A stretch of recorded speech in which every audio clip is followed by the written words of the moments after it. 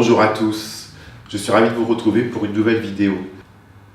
Aujourd'hui, je vous emmène dans l'univers de Design Essentiel. Design Essentiel est une marque qui est très connue des coiffeurs. Elle s'est fait un nom par la qualité des produits qu'elle propose et elle s'est également fait un nom par l'engagement que prend toute cette équipe qui est derrière cette maison pour valoriser et mettre en avant la beauté des cheveux frisés, de toutes les frisures.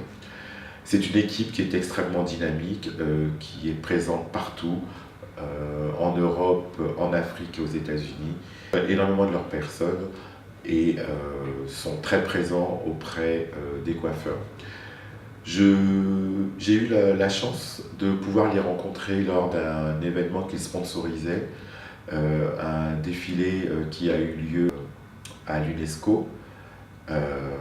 Ils font beaucoup de manifestations de ce type et j'ai fait une petite vidéo donc pour HTV. Je vais vous la présenter, je vais vous présenter les équipes et je vais aussi profiter de cette opportunité pour vous faire écouter un entretien que j'ai eu avec une personne qui est extrêmement connue, pareil dans la diaspora depuis très longtemps, Fofo Fornet, qui est un photographe à la base, mais qui avec sa femme depuis plusieurs années maintenant a pris la décision de s'occuper de la distribution des produits Design Essentiel. C'est un personnage qui a une grande expérience de la communauté des coiffeurs, bien que pas coiffeur lui-même. Et vous allez voir que cet entretien est intéressant. Je le ferai intervenir à d'autres occasions parce qu'il a un point de vue et que son point de vue est très intéressant. Mais vous allez voir déjà que cet entretien est plein de bons enseignements. Donc je vous laisse visionner cette petite vidéo. Je le félicite parce qu'il a été donc également, Fofo lui, primé en tant que meilleur distributeur en Europe des produits design. Et je vous retrouve tout de suite après donc, cette vidéo et j'espère que voilà, vous allez l'apprécier. A tout de suite. Aujourd'hui, c'est de l'hydratation et de la souplesse qu'elle recherche sur son cheveu. Elle n'est pas tenue de les lisser parce qu'elle ne veut pas lisser son cheveu. Elle fera son shampoing, d'accord? Et justement, pour continuer son hydratation, toute la gamme Design répond à ça. Elle a divers produits dans la gamme Design qu'elle peut utiliser pour porter de l'hydratation et garder... S'il vous plaît, oui. Sachant qu'on a un pourcentage d'humidité... Je ne vois pas qui parle. C'est moi. Alors je disais, sachant qu'on a un pourcentage d'humidité très important aux Antilles, oui. Mon cheveu, il va tenir combien de temps lisse? Lissé, tant que le cheveu ne va pas être mouillé, le cheveu va rester lissé.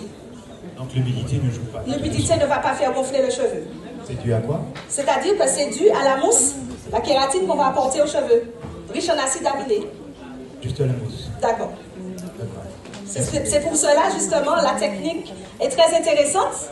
Parce que si on prend un cheveu naturel basique qui n'a reçu aucun produit, c'est vrai qu'on va lisser, qu'elle sortira de nos salons, le cheveu va gonfler en 2 heures de temps.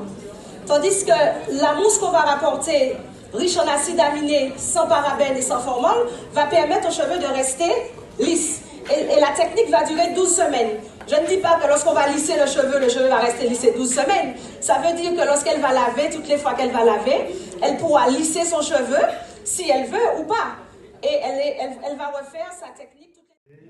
Yeah, you don't want to do it the same day because you're going to work against yourself doing it the same day. Because they both live inside that cortex, so you're not gonna benefit from that because you're gonna lose a lot of your color. Okay.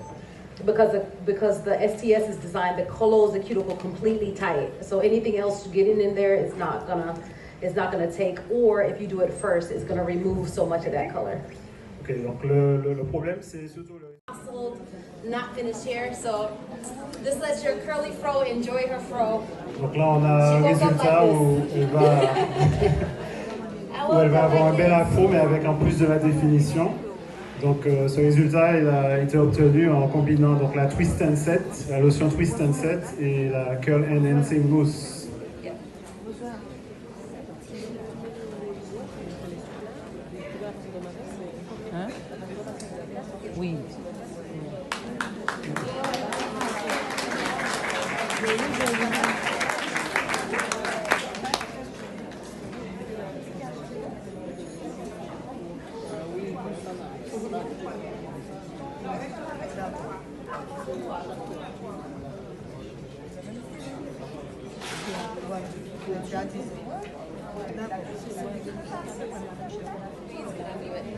You know how stylish we are? We're like, wait. One second.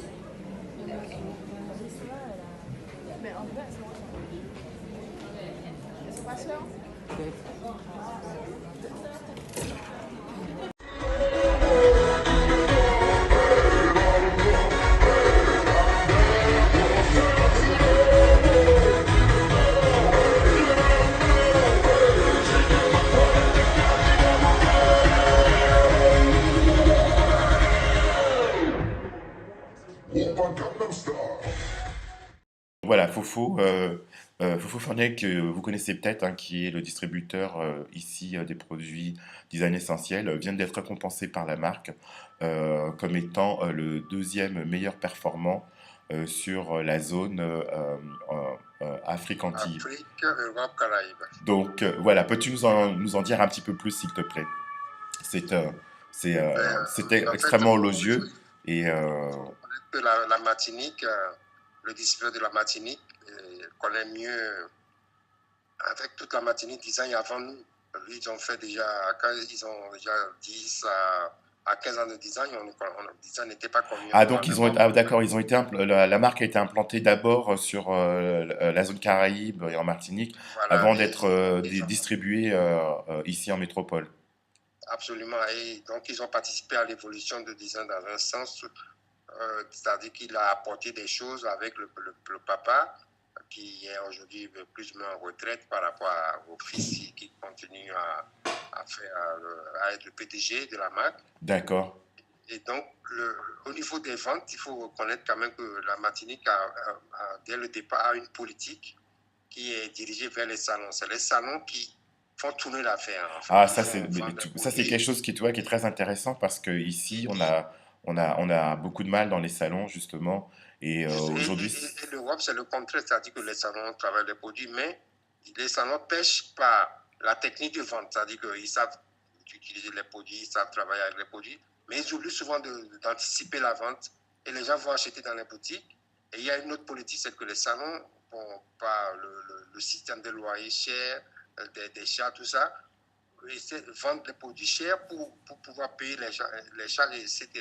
Et c'est le contraire qu'il fallait faire. D'accord, donc ouais, ils ont des marges plus, Les ils ont des gens marges plus. achètent une fois ou comme ça dans le salon, mais aujourd'hui avec les smartphones, tout ça, les gens vont tout de suite sur Internet pour voir le prix et ils achètent soit sur Internet la deuxième fois ou bien pour de bon, régulièrement, ou ils vont dans les boutiques qui vendent un peu moins cher que les salons.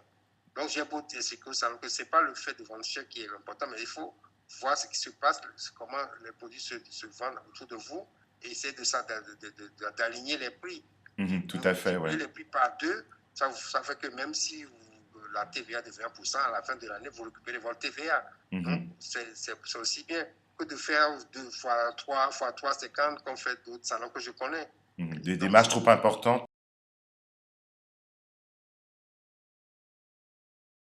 Effectivement, et donc ça fait que des prix dissuasifs.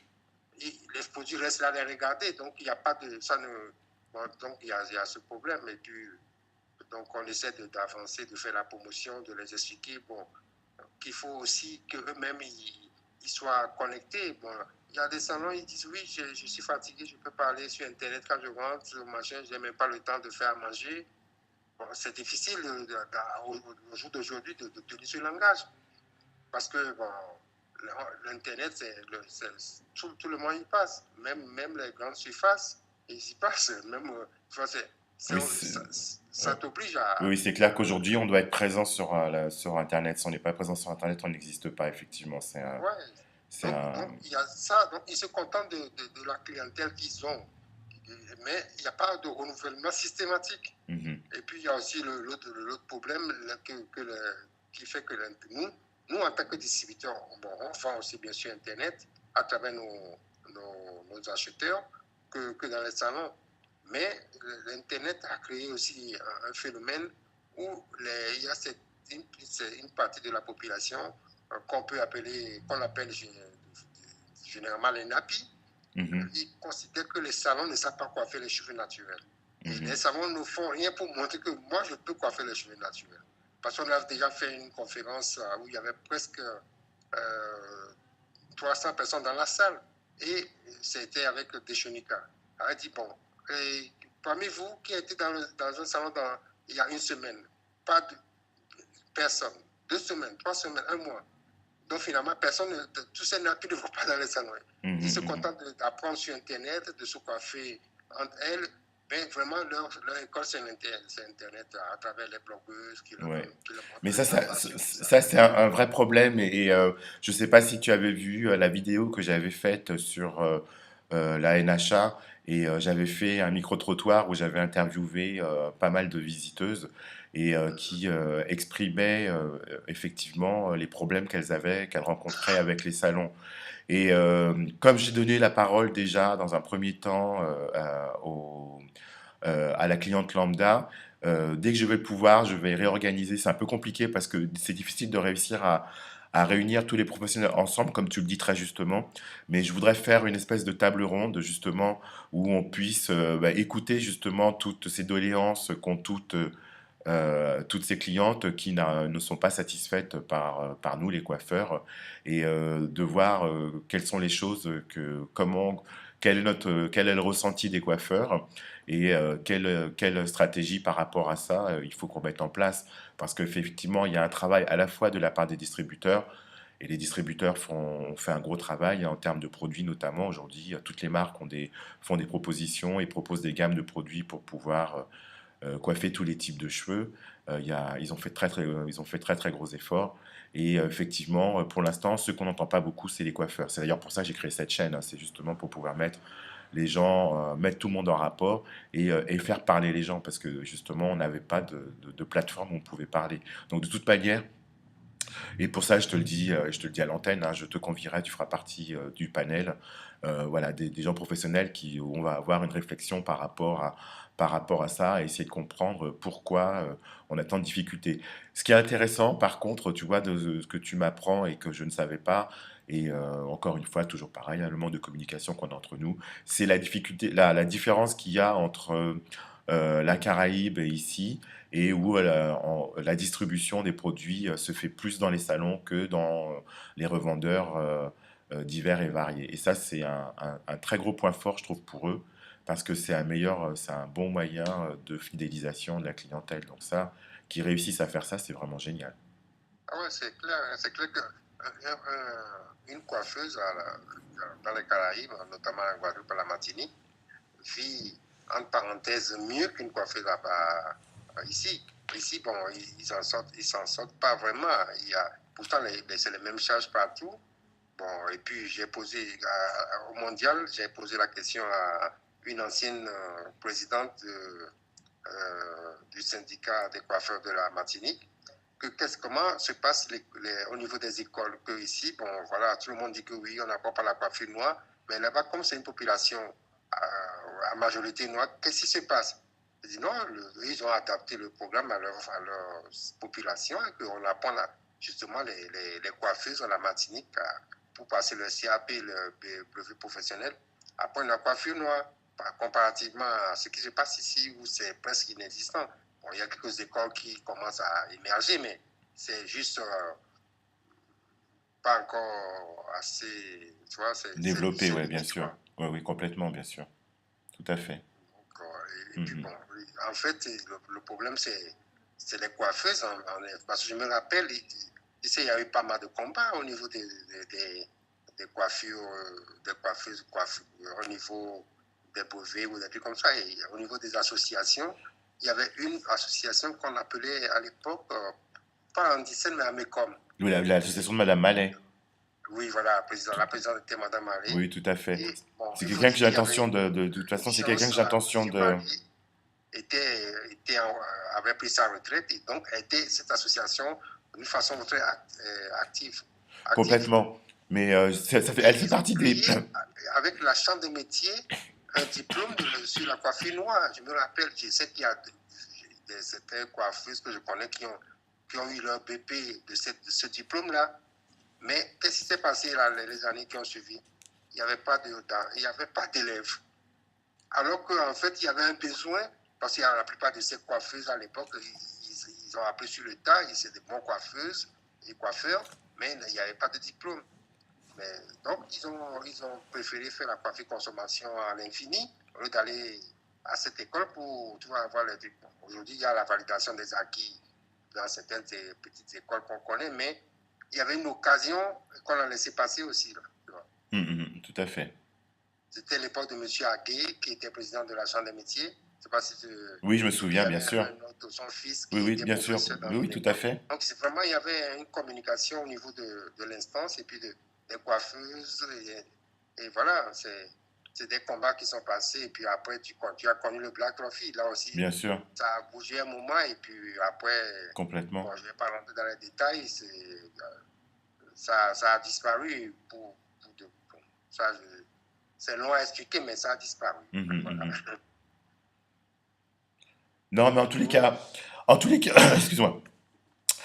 En tous les cas, je te remercie pour ça. Je te félicite pour les efforts que tu fais et donc ce prix est tout à fait mérité parce que je sais que tu es quelqu'un qui est sur le terrain. Tu participes à beaucoup d'événements. D'ailleurs, tu as participé, il y avait le salon africain. J'ai vu que vous avez... On avait un stand là-bas. Tu peux en parler un petit peu, ouais. Un peu sur le podium.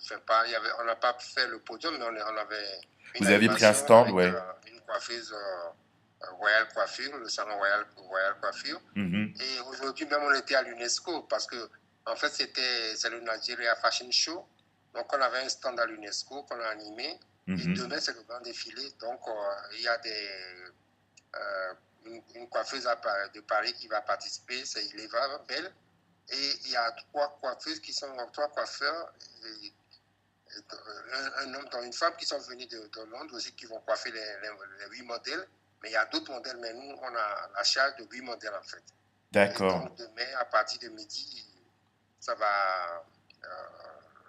là, ils ont préparé les modèles aujourd'hui chez Chantal Virapin. Et donc, demain, c'est la coiffure et puis le défilé, quoi. Donc, c'est un défilé qui dure peut-être 1 heure, 2, mais plusieurs stylistes qui sont sélectionnés chaque année. Et donc, voilà, on se là-bas demain. Si tu veux passer, c'est un plaisir. Vous sponsorisez?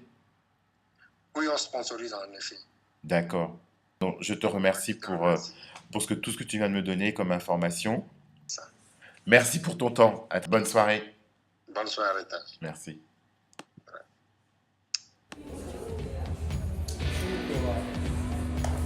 I hope so. Is that it's very good? I don't think that seems very good.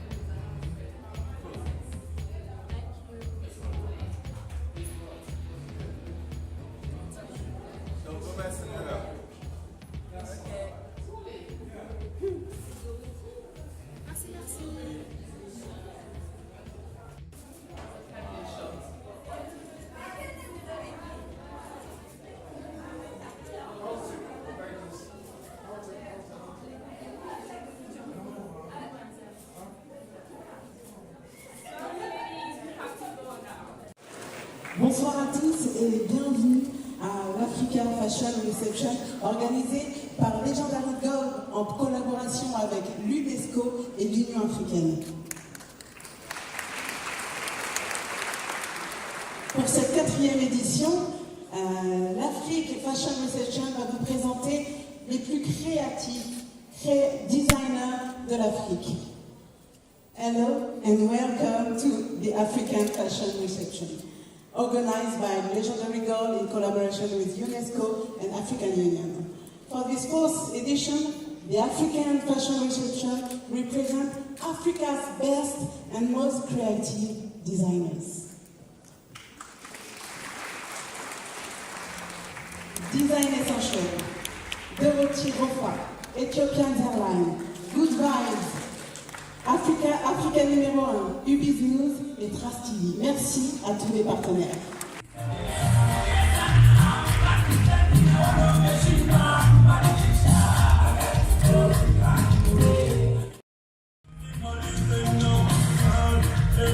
Bravo à Castella, qui vient de Rwanda, avec ses belles créations, portées par le magnifique modèle à Castella.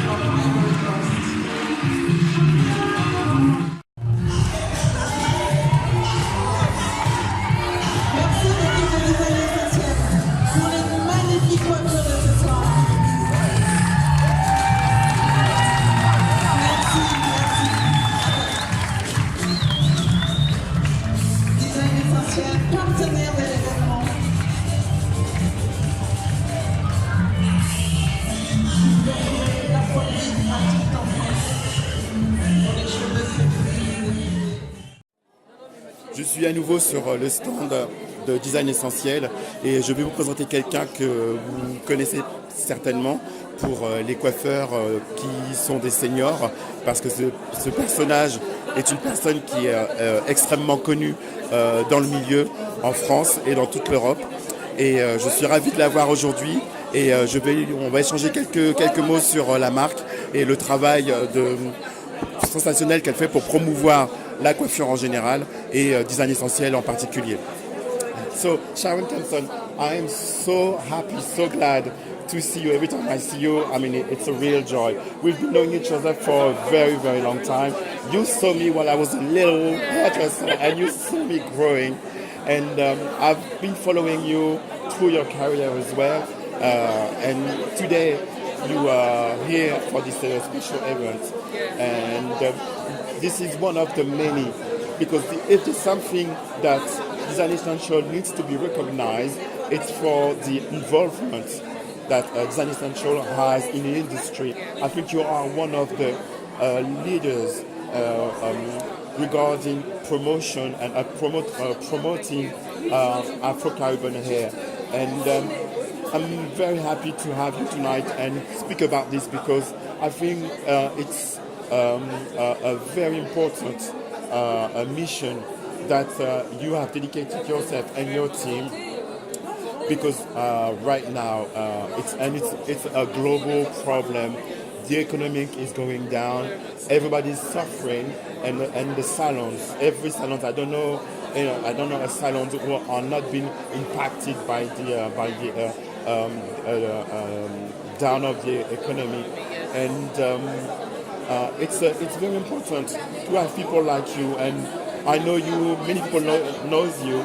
You are head of marketing, but I would like you to tell us what area you are covering, because not everybody knows, and explain to me that mission that you have to promote good product, good services, education, and so on. I mean, the list goes on and on and on, and helping us salons owner to do better job, to earn a better living, and to prosper in our businesses. Well, first of all, thank you very much for talking to me. As you said, I've known you for a number of years, a few decades, and we've both grown in the industry. I joined the industry some time ago and have seen it develop and evolve and change in so many ways, and it's become a passion of mine as well, because it speaks to entrepreneurship within our community. It's been a springboard for lots of families to survive with their parents and family being in this industry. And as you said, Design Essentials, we try to do our best to support events and causes and promotions that will help to elevate our professional hairdressers within the industry, because it is a very challenging time that we're in. Business in general is challenging. For Afro hairdressers in particular, there's been an upsurge of people who, because of their economies, either can't afford to go to salons anymore, the way the products are made and distributed and available, people are doing their hair themselves. And there's been changes in trends as well, where there's a big natural trend right now where a lot of our professional salons who trained originally in the craft of hairdressing, natural hair wasn't something that was offered at the time. So in order to compete in this marketplace and survive, it's going to be important for stylists to embrace those changes. They need to themselves try to find ways to learn the skills to include people who have natural hair within their client base. They also need to try to become very comfortable with using social media, because now social media is really a big thing in terms of promoting yourself as a stylist, your salon as a brand, and in showcasing what you can do to attract a very discerning audience who really follow the best that they can see on social media. So those are things that everyone needs to try to embrace and step into that reel to survive. If you're able to survive, that's important right now. And then really look at ways to interact and engage with your clients. Whether you do email newsletters, whether you do events to promote to them, meetups and promote what you're doing now, and samples and things to let them feel that you really care about them and their needs, but that you've changed and evolved with what their needs entail as well. It's crucial in today's industry. Yes, definitely, yeah. How do you see the industry going? I mean, we've been through, tremendous changes, like you're saying, because we were not expecting the boom of the natural movement, and it really changed the way the